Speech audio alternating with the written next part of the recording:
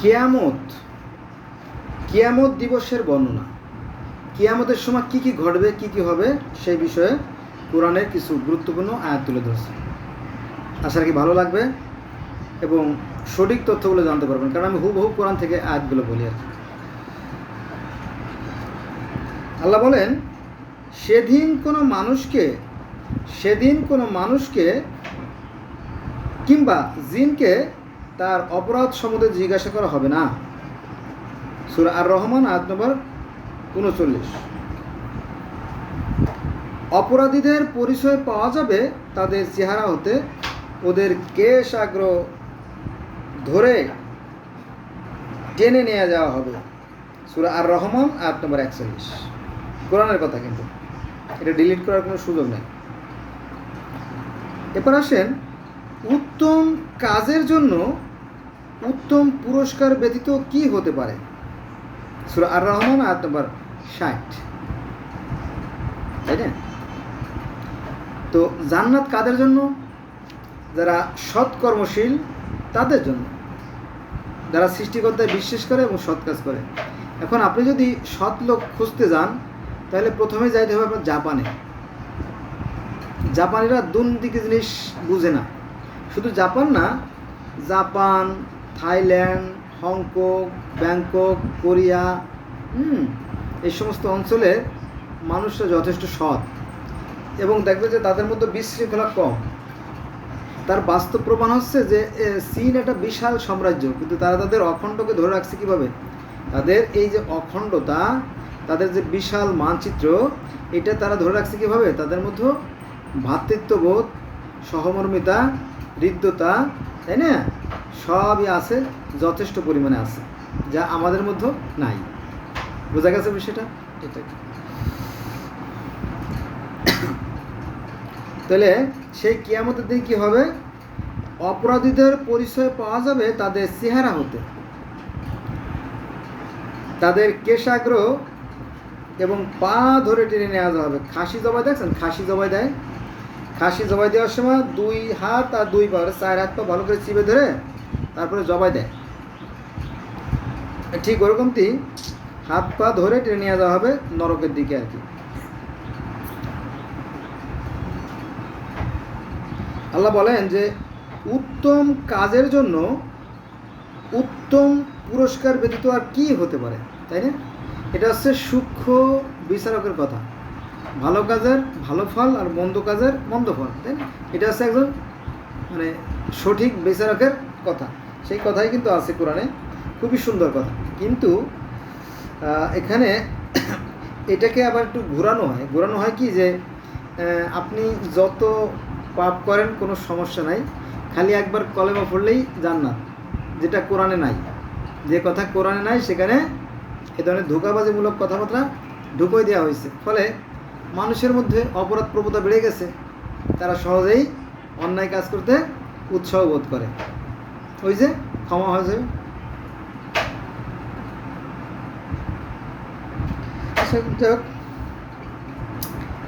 আর একটা মহা গুরুত্বপূর্ণ আয়াতের কাছে চলে আসছে আমরা, সেটা হচ্ছে যে আল্লাহ বলেন যে তিনি আদি, অর্থাৎ সৃষ্টির পূর্বে যখন কিছুই ছিল না তখন তিনি মাত্র ছিলেন, আর কেউ ছিল না। সৃষ্টির পূর্বে যখন কিছুই ছিল না তখন তিনি মাত্র ছিলেন, সেই জন্য এখানে বলা হয়েছে যে তিনি আদি, তিনি অন্ত। তিনি অন্ত মানে কি? শেষ। তিনি শুরু, আবার তিনি শেষ। তিনি যুগপৎ, তিনি ব্যক্ত ও অব্যক্ত, এবং তিনি সর্ববিষয়ে সমজ্ঞাত। এটা আছে সূরা হাদীদ আয়াত নম্বর 3। এই ব্যক্ত আর অব্যক্তকে যদি আমরা আরবি করি, তাহলে এই ব্যক্ত আর অব্যক্তর আরবি হবে আল জাহের এবং আল বাতেন। দুটো শব্দ আছে কোরআনে, যার অর্থ আছে তিনি ব্যক্ত এবং অব্যক্ত। সিকোয়েন্সটা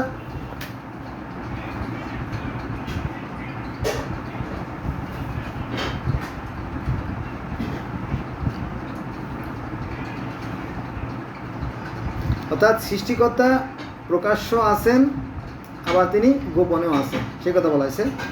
যেটাকে বাংলা থেকে বাংলা যদি ট্রান্সলেশন করি, বাংলা থেকে যদি বাংলায় ট্রান্সলেশন করি, তাহলে এখানে ব্যক্ত আর অব্যক্ত, ব্যক্ত মানে প্রকাশিত আর অব্যক্ত মানে গোপন, এটাকে আবার বাংলা করলে হবে সাকার এবং নিরাকার, একই কথা, এক একজনে এক একভাবে বলে। দেখো এবার আসেন আমরা অন্য একটা আদেশ চাই। তোমরা যেখানেই থাকো না কেন, মানুষকে বলতে চাল্লা যে তোমরা যেখানেই থাকো না কেন তিনি তোমাদের সঙ্গেই আছেন, অর্থাৎ সৃষ্টিকর্তা সবসময় মানুষের সাথেই আছে। তোমরা যা কিছু করো আল্লাহ তা দেখেন। এটা আছে সূরা হাদিদ আয়াত নাম্বার 4। আল্লাহ বলেন তিনি তার দাসের প্রতি সুস্পষ্ট আয়াত অবতীর্ণ করেন তোমাদের অন্ধকার থেকে আলোতে আনার জন্য। এটা আছে সূরা হাদিদের 9 নম্বর আয়াত। এখানে তোমাদের অন্ধকার থেকে আলোতে আনেন বলতে কি জ্ঞান দান করেন, ভালো মন্দের জ্ঞান। কিন্তু আমরা এটা মানতে রাজি না, কারণ কি ভালো মন্দের জ্ঞান থাকলে অন্যায় কাজগুলো সহজে করা যায় না। যার জ্ঞানের চক্ষু থাকে, যে বিবেকবান, তার দ্বারা অন্যায় কাজ সহজে হতে পারে না।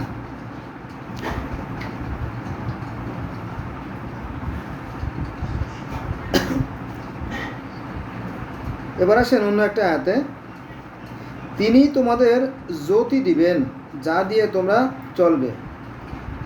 এটা আছে সূরা হাদিদ আয়াত নম্বর 28। এখানে জ্যোতি বলতে জ্ঞানের আলোকে বোঝানো হয়েছে, জ্ঞান। কোরআন হচ্ছে একটা জ্ঞানের ভান্ডার।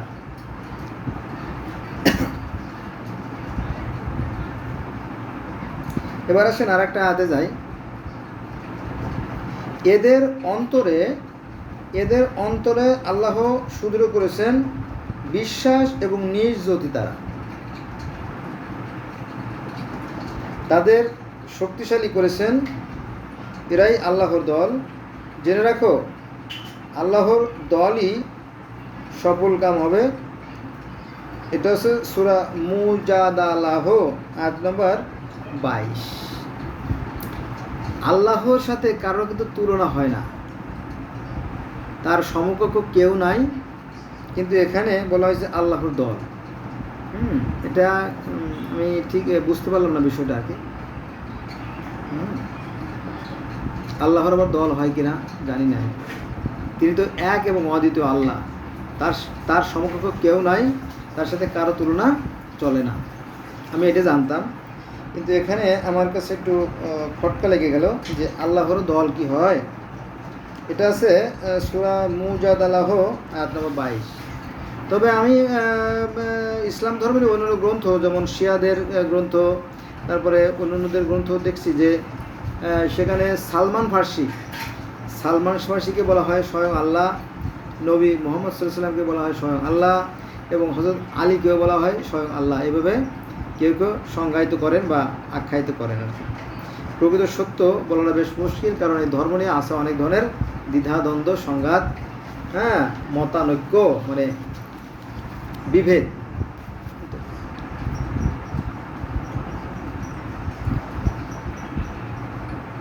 এবার আসেন আর একটা গুরুত্বপূর্ণ আয়াত নিয়ে আলোচনা করি। সেটা হচ্ছে যে তোমাদের জন্য ইব্রাহিম ও তার সঙ্গীদের মধ্যে রয়েছে উত্তম আদর্শ। এটা হচ্ছে সূরা মুমতাহিনা। ইব্রাহিম আলাইহিস সালামের আলোচনা ব্যাপক। কারণ কি জানেন? কারণ হচ্ছে এই ইব্রাহিম আলাইহিস সালাম গোটা পৃথিবীতে একটা বৈপ্লবিক পরিবর্তন সাধন করেছিল।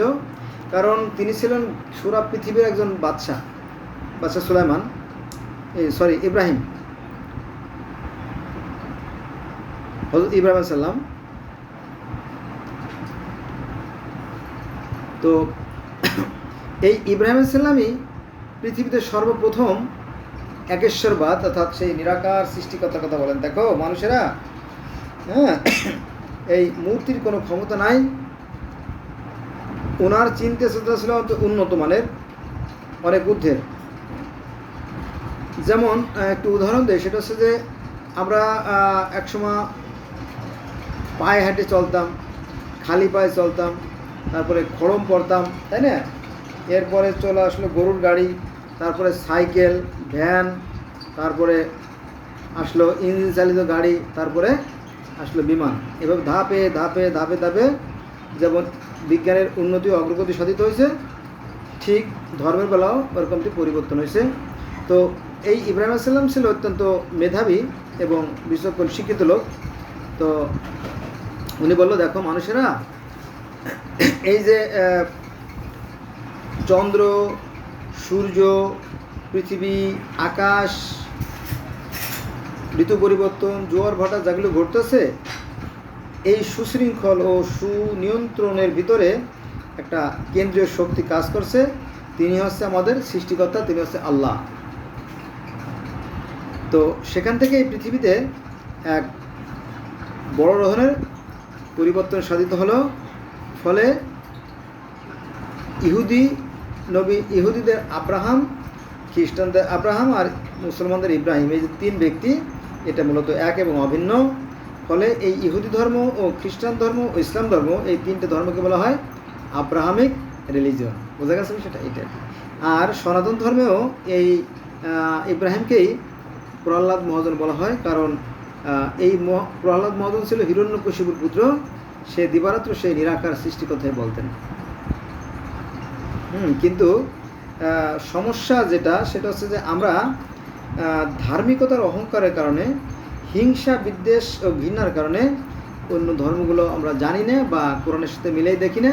ফলে আমাদের মনের ময়লাও যায় না, আর এই ধর্ম নিয়ে যে বিভেদ, সেটাও আর যায় না। ঠিক আছে, সময়ও শেষ হয়ে গেল। একই হিন্দুদের মধ্যে বা সনাতনদের মধ্যেও যারা ব্রাহ্মণ সমাজ, তারা নিরাকার ঈশ্বরে বিশ্বাস করে। হ্যাঁ, আরও অনেকে